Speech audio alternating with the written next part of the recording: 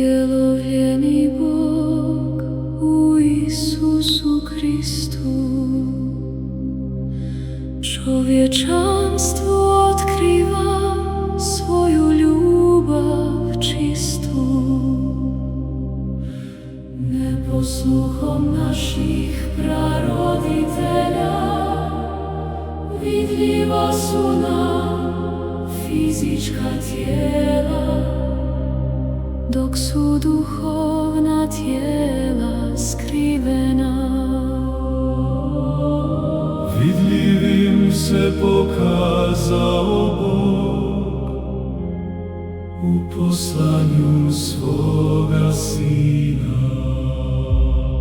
U svemu je bio i Bog i čovjek, kao čovjek pravedan je trpio, da pokaže kako kada čovjek laže i pravedni mogu biti suđeni i na smrtnu kaznu osuđeni.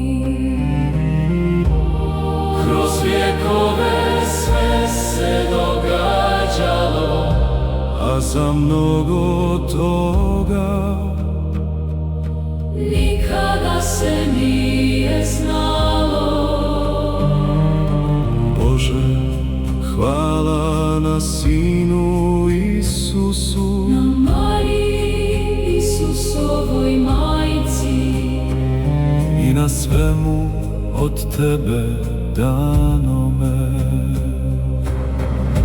uskrsnuće Svima je poznato, smrti nema, ona ne postoji. u srcima ostaju sjećanja Od početka pa sve do bezdana. Hvala Tebi, naš jedini Bože, blagdani nam srca raspolože.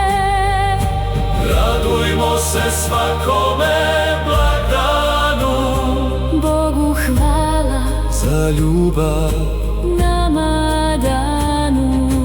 probudimo svi ljubav u sebi. Za čekanje nemamo vremena, Da nam sutra